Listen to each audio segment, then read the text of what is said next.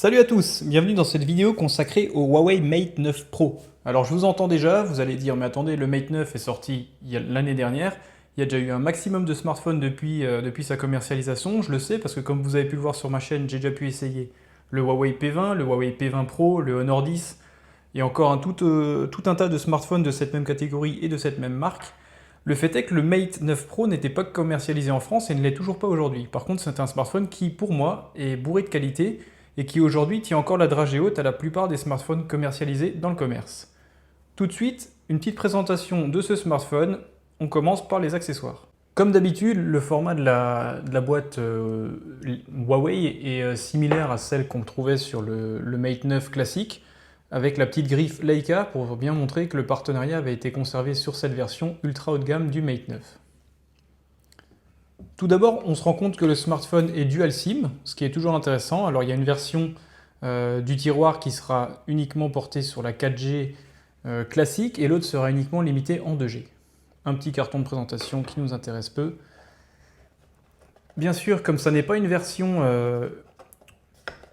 destinée au marché européen, enfin si, mais pas au marché français, il n'y a pas d'adaptateur fourni avec. Ici, on peut voir qu'il y a le petit extracteur du tiroir SIM. Et à l'intérieur fournit un bumper rigide, enfin pas vraiment un bumper, c'est plutôt une coque arrière rigide pour protéger le dos de votre appareil. Celle-ci est fournie d'origine avec tous les smartphones, généralement Honor et Huawei. Donc c'est toujours un point positif. Dans ce petit emplacement qui est griffé 0,2, je pense que l'autre devait être marqué 0,1, ouais, comme vous pouvez le voir, assez logique. On peut trouver ici le câble USB qui est un câble USB type C. On trouve également les écouteurs classiques chez Huawei, ce sont les mêmes depuis maintenant facilement 2 ans. Et un bloc chargeur qui est un bloc chargeur fast charge, mais bien sûr qui n'est pas adaptable pour la France. Mais bien sûr le smartphone se chargera avec n'importe quel autre chargeur secteur. Et on peut voir également un adaptateur USB type C vers USB classique. Voilà pour la partie unboxing et présentation de la boîte. C'est un smartphone qui quand même était commercialisé assez cher, aux alentours de 700-800 euros. Donc c'est un smartphone qu'on classait vraiment dans le segment ultra haut de gamme.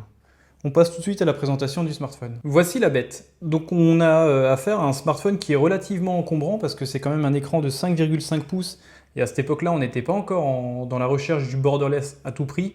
Donc on voit quand même qu'il y a un travail d'optimisation qui a été fait sur les côtés. Par contre, les bandes hautes et basses sont relativement importantes, notamment avec la sérigraphie Huawei et le capteur photo. Et sur le bas, on retrouve également un capteur d'empreinte et également 2 petits boutons que vous ne pourrez pas voir parce qu'ils s'allument uniquement quand vous choisissez de naviguer sur la tranche, ce qui n'est pas mon cas.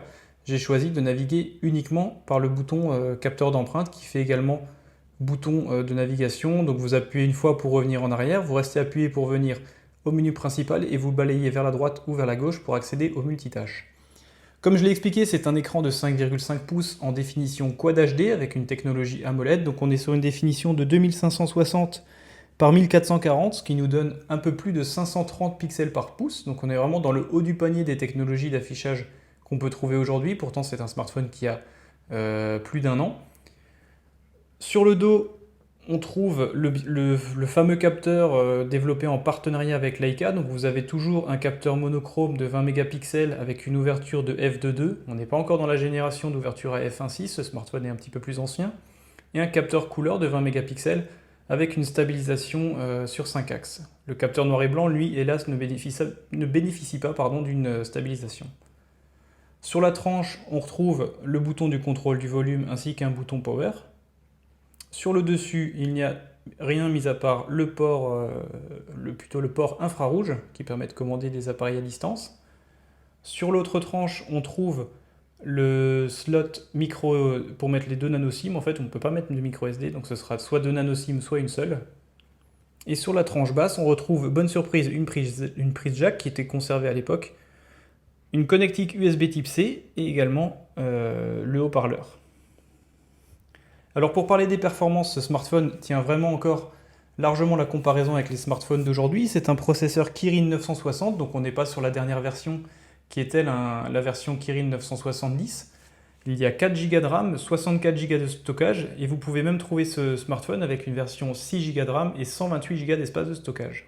Sur la face avant, comme je l'ai expliqué, on retrouve un capteur photo de 8 mégapixels avec une ouverture f1.9. Il n'y a hélas pas de stabilisation. Les résultats sont plutôt bons, il n'y a pas trop de lissage, le rendu est plutôt correct. Pour ce qui est de la face avant, comme je l'ai expliqué également avant, vous pouvez naviguer soit en intégrant les boutons Android directement à l'écran. Vous avez également le choix de les supprimer de l'écran et d'utiliser deux petites zones tactiles sur les côtés en plus du bouton classique. Ce bouton n'est pas cliquable, attention. Ou alors, vous avez la possibilité de supprimer l'intégralité des interactions avec le smartphone et d'utiliser uniquement ce bouton.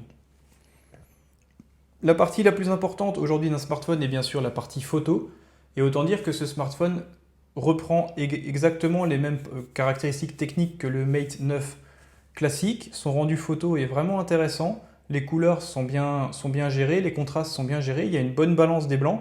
C'est vraiment un smartphone qui a un rendu extraordinaire. La vision en plus des photos, le visionnage des photos sur l'écran AMOLED avec une telle définition est très agréable. Le capteur monochrome, lui, s'en sort également très bien. Il a des contrastes et des nuances de gris qui sont vraiment agréables. On sent vraiment la patte Leica. C'est vraiment un smartphone qui mérite à être un peu plus connu, qui a été très peu commercialisé chez nous. Et honnêtement, je trouve que c'est vraiment un smartphone qui vaut le coup. Donc voilà, c'était une petite présentation rapide de ce smartphone. Il n'est pas commercialisé en France comme je l'ai expliqué. Vous pouvez le trouver chez certains revendeurs. Méfiez-vous parce qu'il peut passer de 800 € à 500 € ou même moins sur certains sites de vente ces derniers temps. C'est un smartphone qui a plein de qualités. Donc je récapitule les qualités. Déjà un superbe écran en 5,5 pouces Quad HD en définition, avec une définition de 530 pixels par pouce. C'est une technologie AMOLED, donc des contrastes infinis et un gain d'énergie non négligeable de par la technologie AMOLED. Le capteur photo 20 mégapixels en partenariat avec Leica, un autre capteur photo couleur 20 mégapixels avec une stabilisation optique qui donne vraiment des bons résultats. L'autre gros point fort, c'est bien sûr la navigation par ce petit bouton. Moi, je trouve ça vraiment bien foutu. Ça permet de dégager au maximum l'écran.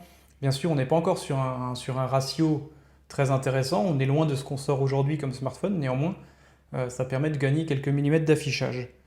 L'autre grosse qualité de ce smartphone, c'est son autonomie. Honnêtement, il tient facilement 2 jours en utilisation classique avec sa batterie de 4000 mAh et en plus, il bénéficie de la charge rapide. Ce que je mettrais en négatif, ce serait simplement qu'il a tendance à retenir toutes les traces de doigts. Il existe en version or ou une version un peu grise, dorée, assez sympa. Et je mettrais également en point négatif son encombrement, parce qu'il est tout de même assez long, il est un petit peu plus compact malgré tout que le Mate 9 classique, mais il a un format qui l'étire un peu et qui fait qu'il est relativement assez encombrant. Mais ça, c'est quand même rattrapé par un écran qui vaut vraiment le coup. Voilà, c'était une petite présentation rapide qui n'était pas prévue. Je voulais vous parler de ce smartphone parce qu'à l'époque, il m'avait vraiment tapé dans l'œil. C'est un smartphone qui tourne en plus sur Android Oreo, qui est donc en 8.0 avec la dernière version d'EMUI 8.0. Voilà, donc plein de bonnes qualités et c'est un smartphone qui sort un petit peu du lot. Je vous remercie, on se retrouve bientôt pour d'autres essais. Restez abonnés, likez, partagez et puis surtout restez comme vous êtes, c'est un vrai plaisir de partager cette passion. À bientôt.